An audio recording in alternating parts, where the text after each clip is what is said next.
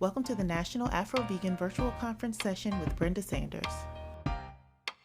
This conference features 24 presenters and 19 sessions that you can watch on demand for free.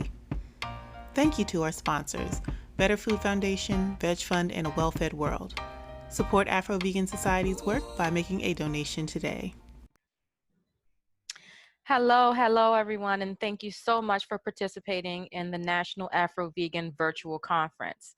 I'm Brenda Sanders, and I am Executive Director of Afro-Vegan Society, and I hope that everyone who has been participating in the conference has gotten lots of good information and lots of inspiration on their journey. I am going to be doing a talk today on the 5 ways animal agriculture is screwing us over. So, 5 ways animal agriculture is screwing us over. Number 1, animal products are the leading contributor to heart disease, which is the leading cause of death for Black people. Hopefully at this point, we're not still debating whether or not animal products like meat, dairy, and eggs are a major contributor to heart disease. If anybody at this point has any doubts whatsoever that this is true, there are lots and lots of physicians who promote the plant-based diet for health, who've done talks, written books, and built whole websites that give more information about the many ways that animal products are detrimental to heart health.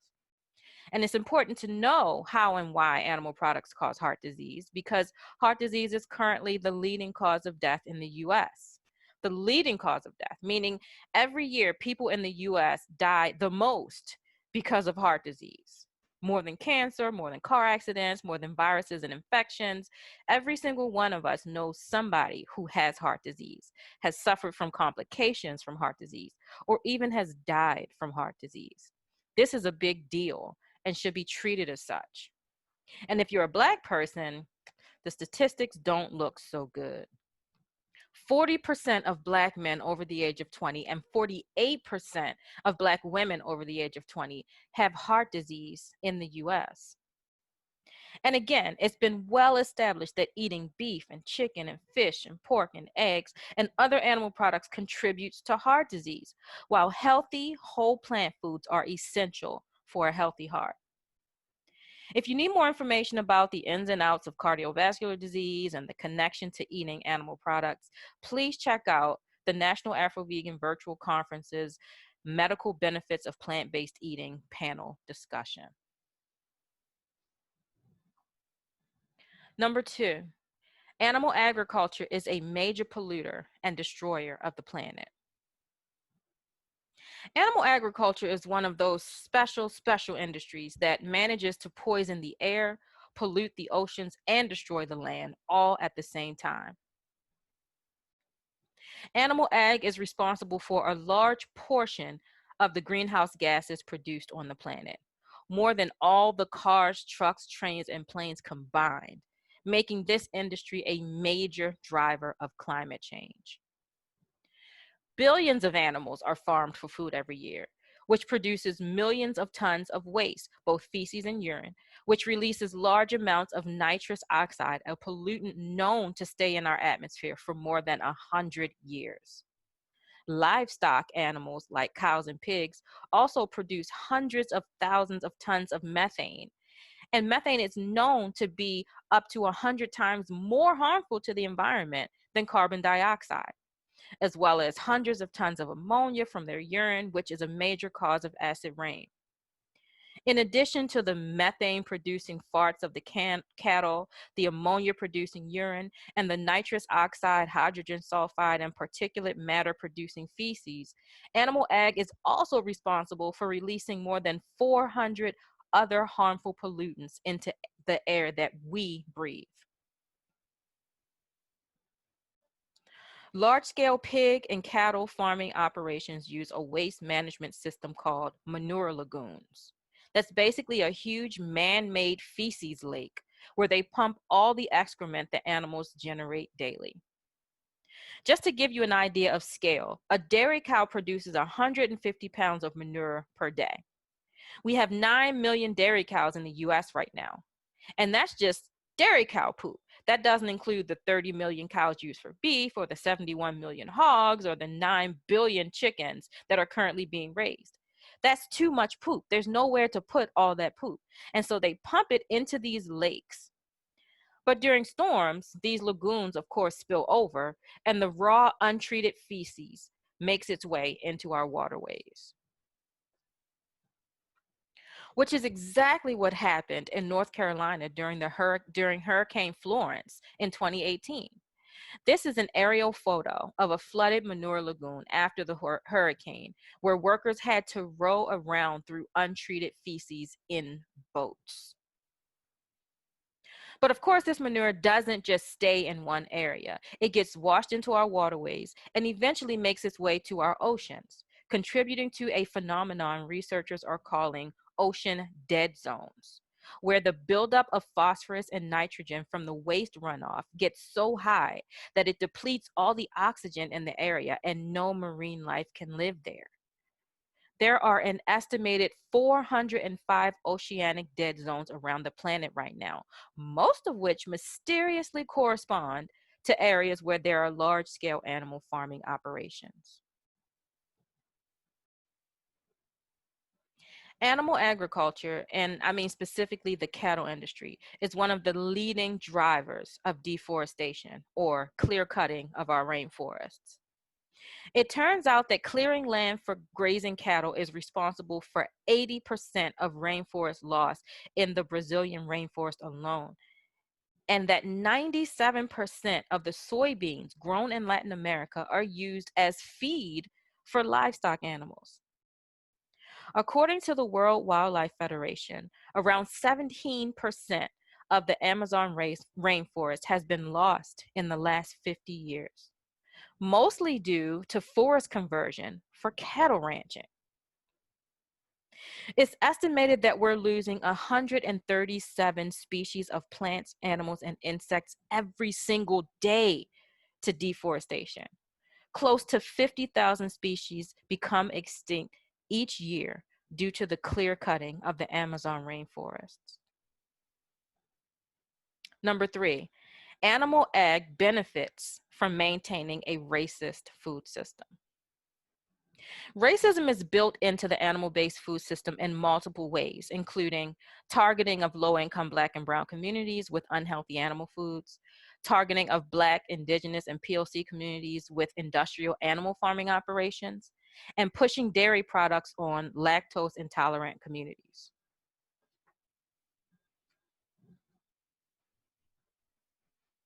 In many low-income Black neighborhoods, liquor stores, convenience stores, carryouts, and fast food joints are the closest thing people have to grocery stores.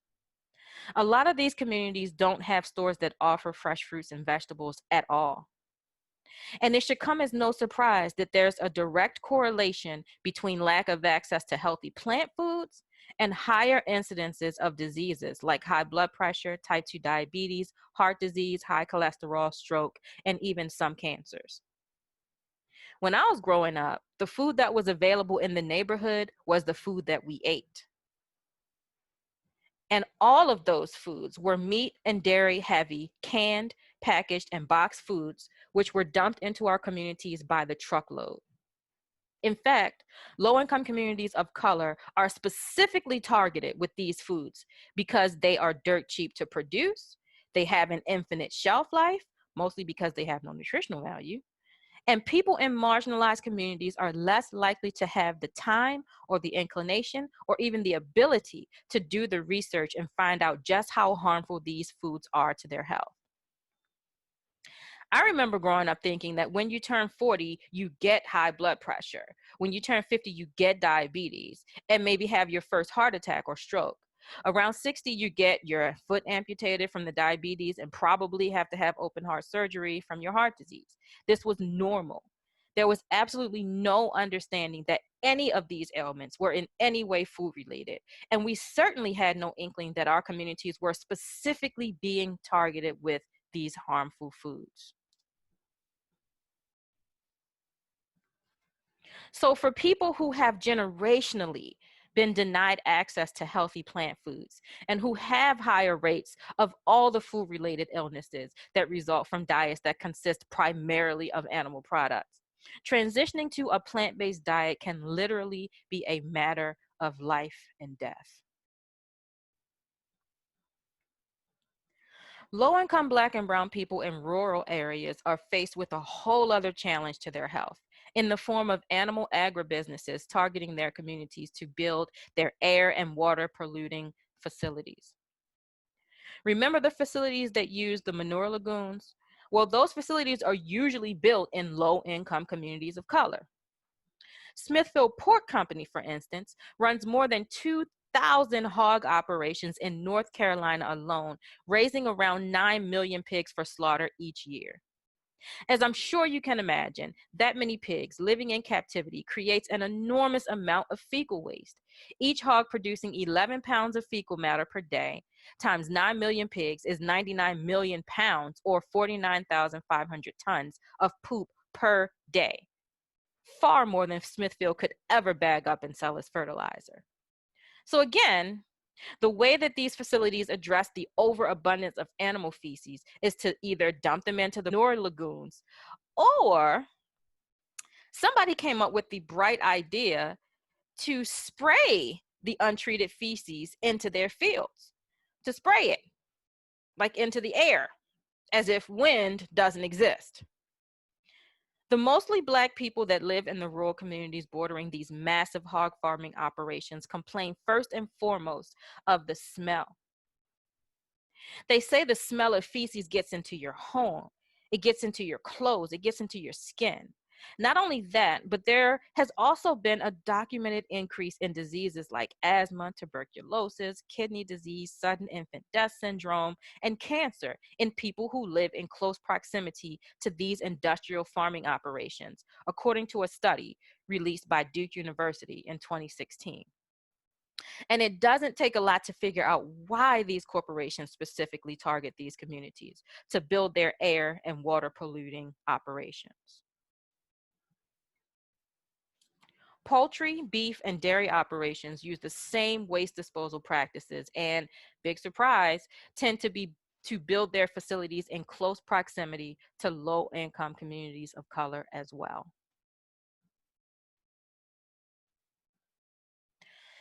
75% of the world's population is lactose intolerant.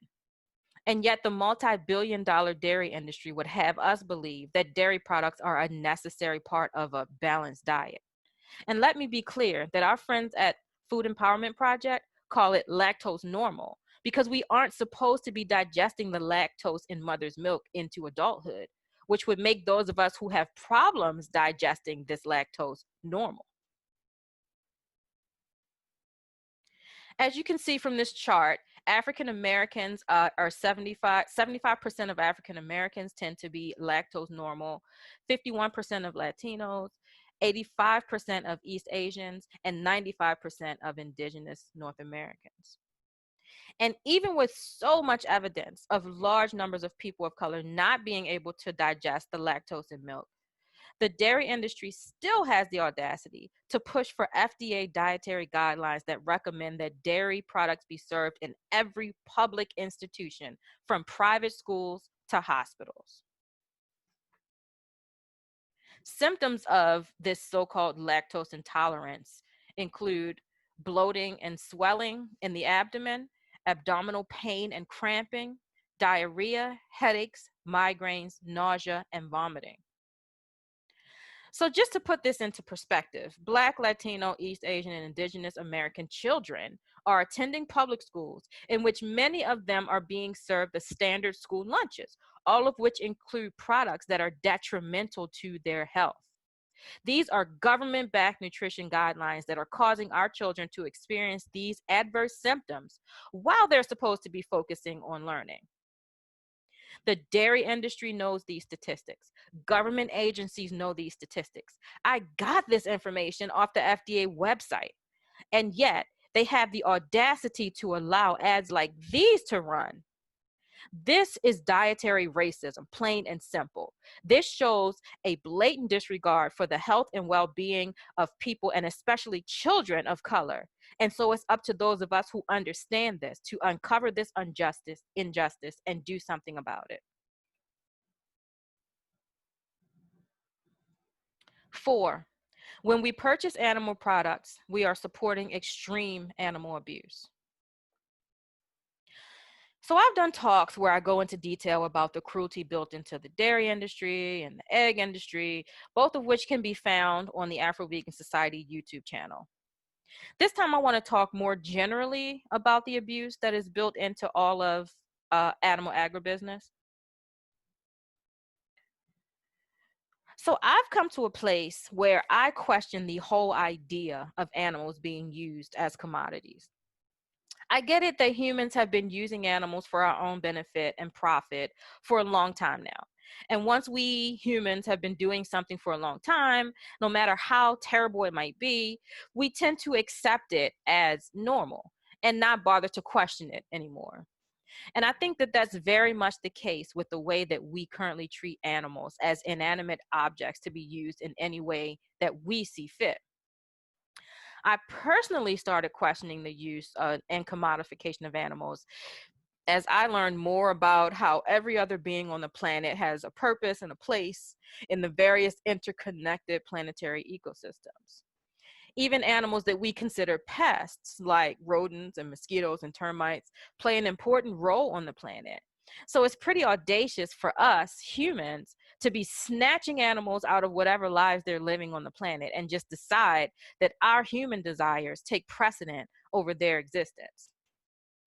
Then over time, the more that I studied the common industry practices, the more ridiculous it felt that I, a person who had a whole history that includes hundreds of years of confinement, forced breeding, forced separation from offspring, medical experimentation, forced physical labor, mutilation, and other forms of abuse and exploitation would, with no analysis and no self-reflection whatsoever, be supporting industries that engage in those same cruel and despicable acts against other beings. It's the behavior that's despicable, regardless of who the victims are. Now, in the decade that I've been doing vegan activism, I've found that there is really no way to make people care about animals. They either already had some level of caring about animals that can be expanded on, or it really doesn't matter to them what happens to animals. And in that case, there's really nothing I or anybody else can say that will change that. But for those who do have concerns about our treatment of animals, you would probably be shocked and appalled about many of the unspeakable abuses that are just common practice in the animal agriculture industries. Cruel things like slicing off young chickens' sensitive beaks with a hot blade so that they won't be able to peck at each other when confined to small cages or closely packed in free-range barns. Savagely slicing off male piglets' testicles with no anesthesia. Perverted things like masturbating bulls and male turkeys in order to extract semen for artificial insemination. Violent things like grinding up male chicks in a macerator because they're useless to the egg industry, or killing runt pigs by slamming their heads into a concrete floor. I could do an entire presentation just on the massive amount of cruelty and violence built into the animal-based food system. But at a certain point, people just start to become so bogged down with all the terrible things being done to animals, and they kind of shut down and stop listening because it's just too much to process. So I would just like to pose this one question. On what are we even basing the idea that animals exist on this planet to fulfill human convenience and pleasure?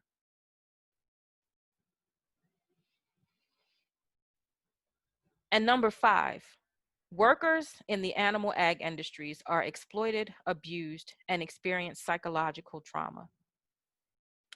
I include slaughterhouse workers in my talks because the animal slaughter and processing industry has historically depended on workers at the lowest rungs of the economic ladder to do this work. First poor white people, and then poor Black people, and now largely undocumented workers. There's a reason this violent and cruel industry has to rely on the most disenfranchised workers to do this work.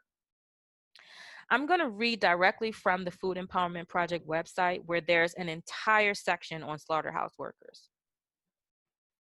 A variety of U.S. and international labor laws are designed to guarantee workers a safe and healthy work environment, free from known hazards. However, slaughterhouse and meat processing workers labor each day in conditions with predictable risks, despite the fact that employers are aware of safer alternatives. Consequently, many of the injuries and deaths that workers suffer are preventable. The single largest factor contributing to worker injuries is the speed at which the animals are killed and processed. In an industry where profit margins are slim and volume is everything, workers are endlessly pressured to kill more animals in less time. Rather than regulate line speeds for the interest of worker safety, line speed is limited only by federal sanitation laws. Most facilities operate nearly 24 hours a day, 7 days a week, killing and processing hundreds or thousands of animals each hour. As one worker stated, the line is so fast there is no time to sharpen the knife. The knife gets dull and you have to cut harder. That's when it really starts to hurt. That's when you cut yourself.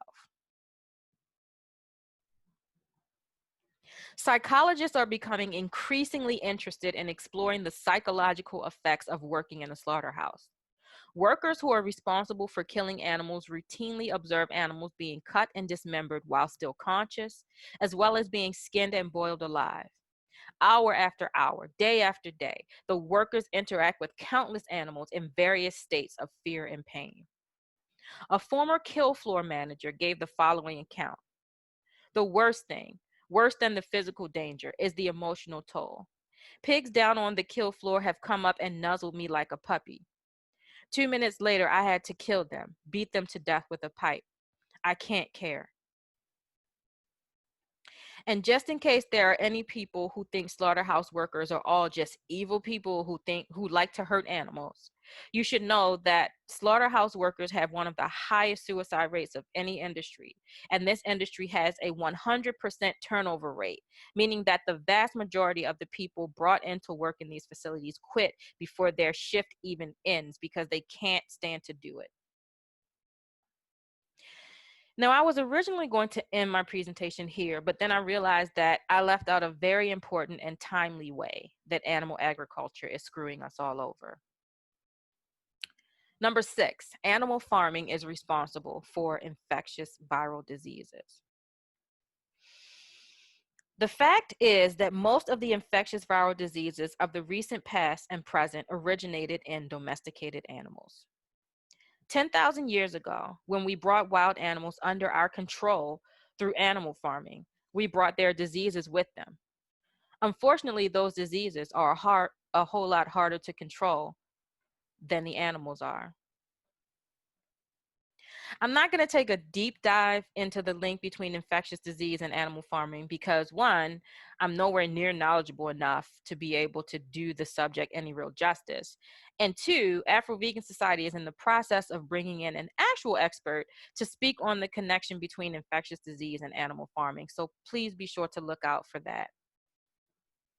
In a nutshell, most of the widespread viral pandemics of the past, like measles, which came from cows and sheep, smallpox, which came from camels, whooping cough, which came from pigs, typhoid fever and typhoid Mary, which came from chickens, influenza from ducks, and even the common cold, which came from horses, were the result of our decision to domesticate wild animals. And for thousands of years, we suffered from these viral outbreaks. Until finally, with scientific advancement, we developed treatments and vaccines for these deadly viruses. So that by the mid-1900s, around 1950, infectious disease deaths were at an all-time low.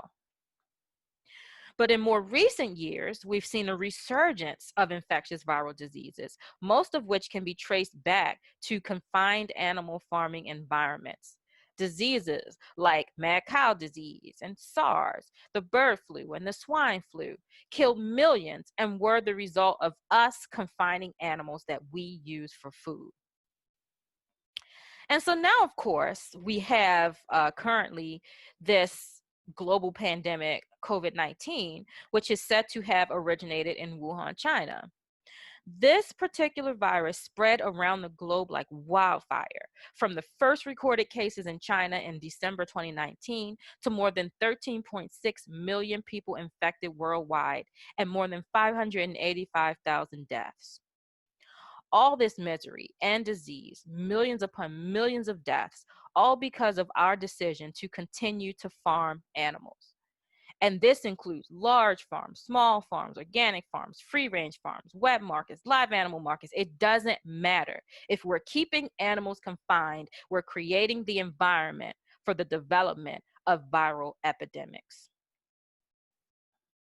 So this presentation was just a tiny snapshot of the havoc that animal agriculture industries are currently wreaking on the planet. The more I learn about these industries, the more I realize that there's just so much more to learn about these industries. But what I definitely know is that for the sake of our health and for the sake of the planet and for the sake of maintaining our humanity, we need to stop farming animals.